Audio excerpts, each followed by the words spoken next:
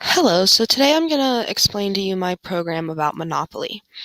So first you're going to select the total number of players that are playing, and in order to do this you're going to use the arrow keys to select the number of players, and then once you have selected the number of players you're going to hit enter to begin.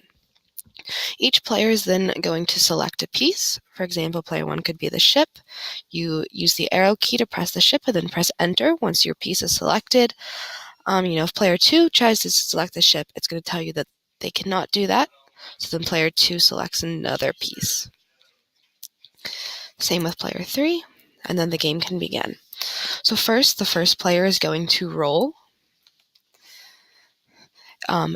They can land on either a chance space, a corner space, or a property space. If the property space is unowned, they are unable to buy, or they are able to buy it, or they don't have to. They could pass if they'd like. If they buy, and then it's player 2's turn. If you notice, since player 1 bought States Avenue, no one else can buy it, so if someone were to land on it, they would then have to pay the rent price to player 1.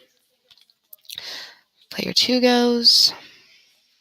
Player 2 lands on Virginia Avenue. They decide to buy it. Player 3 goes. Decide to buy that. And you just keep going like that. If you land on a corner space, notice nothing happens. It just goes to the next player's turn. You can keep going.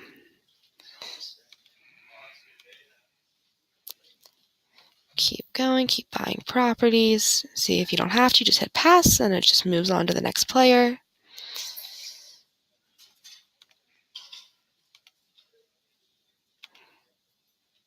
If you notice they land on a chance space, then the chance card will display on the screen. Some are punishments, some are positive things. Just hit enter to continue, and it moves to the next player's turn. If you decide that the game is over, you just hit the game over, and it calculates who won. So in this case, it was player 1. So that's it. Thank you.